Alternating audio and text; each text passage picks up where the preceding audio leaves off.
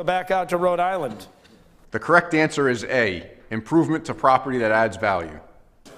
Well, Mr. Foote, something went horribly wrong here for Smithfield. What? That's a close one. I think you could read that and maybe somehow, if you took a shoehorn, you could kind of get something. Well, no, we can't give him credit. I did my best. I'm here. I'm fighting for you guys, okay? It's going to be fine, Smithfield. Stay right where you are. All right. Essex Junction, Vermont.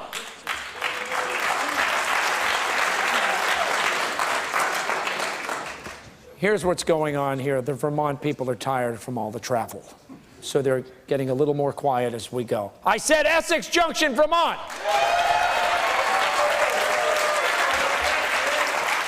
And what do you say we go up to the beautiful state of Vermont and hear from your state treasurer, Jeb Spalding, right here. Congratulations on your win last year. Here's your question for this year, and good luck. If you are out of the country and your tax return is due, how much time does the IRS allow a person that did not request an extension? A, 2 months, B, 1 month, C, 5 months, or D, 3 weeks?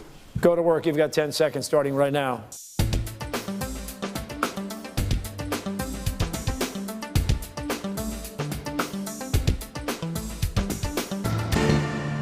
Team captain, Chris? We're going to go with B. You going with B on this? That's probably a very good decision. But then again, what do I know? I'll tell you who does know. Jeb Spalding, right here. The answer is A, 2 months. A, 2 months. No points there. And you guys are the defending champions?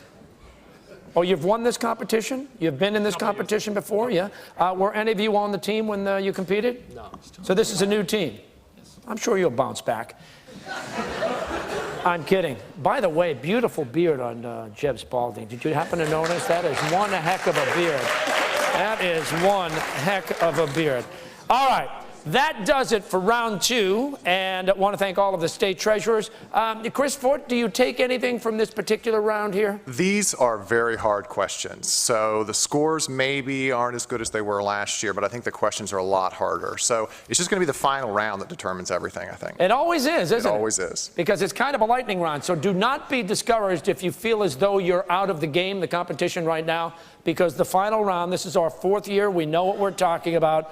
The final round really makes the difference. And we'll get to that and to the scores when we come back. We'll take a break.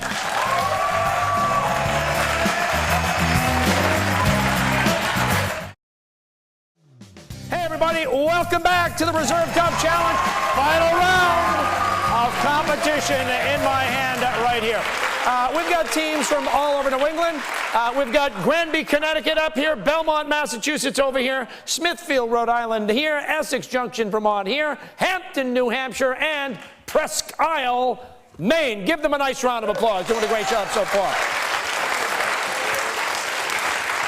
Before we get to the 3rd and final round, and again, I got to tell you, a team can rack up points very fast in this 3rd round. Let's see where we stand so far with all the teams in the scoring. All right, Presque Isle and Winnicott tied for 1st place, 20 points each.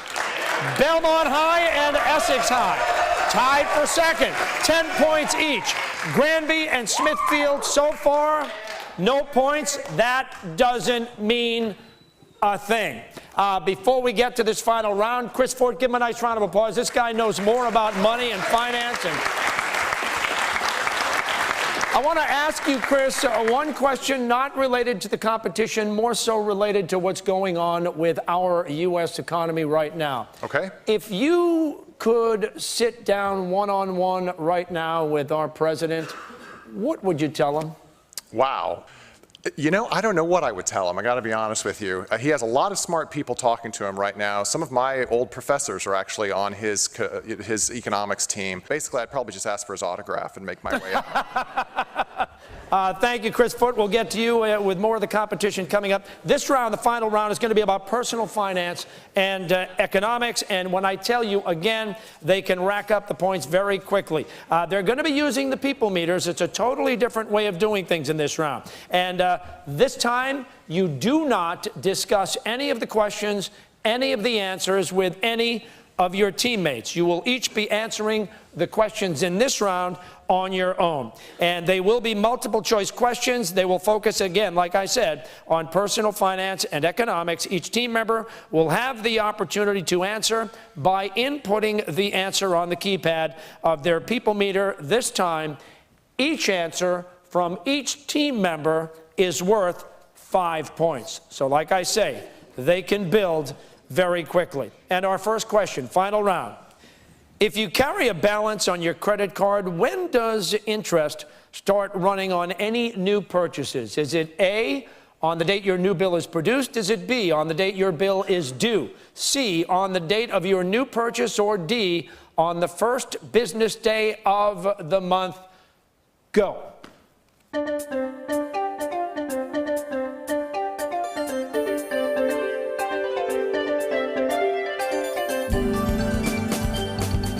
All right, everybody's answer should be in by now. The correct answer on this question would have been C, on the date of your new purchase. Show of hands, who had it?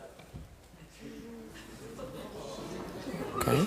Like I said, could be a very interesting round. Here comes the next question.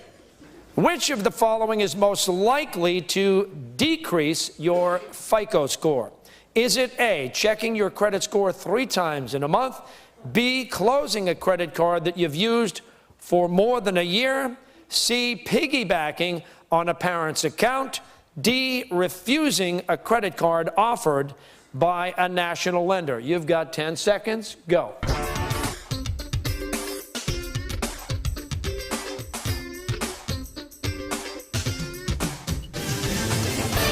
All right, time is up on this one. The correct answer would have been and is B, closing a credit card that you used for more than a year. Hopefully, you're all doing extremely well in this round. Billy, if I could just jump in here for a second.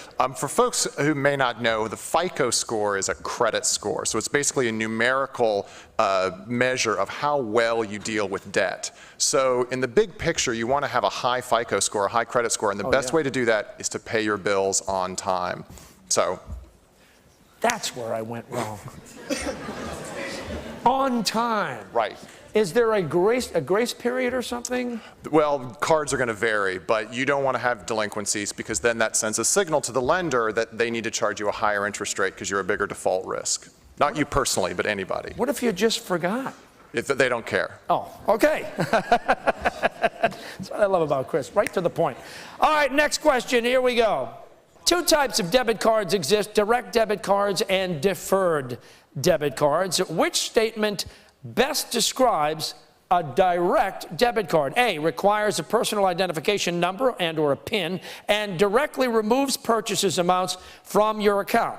B, requires a signature, directly removes purchases amount from your account. C, requires a signature, has a Visa or MasterCard logo, and is accepted wherever Visa or MasterCard are accepted. Or D, requires a signature and takes 3 days to remove the money from your account. You have 10 seconds, class. Go.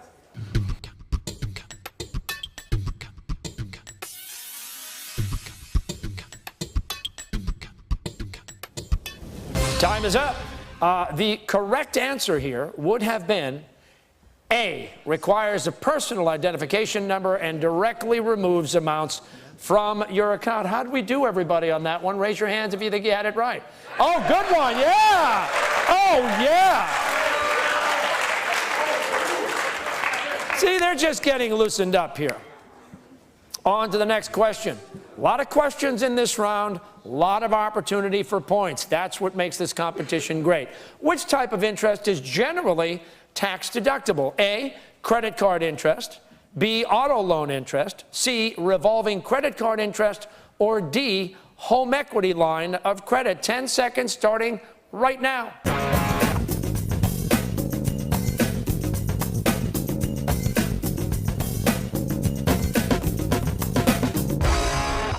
Your time is up. Show of hands in the audience. How many think they know this one? Okay. Show of hands on stage. How many think they got this one right?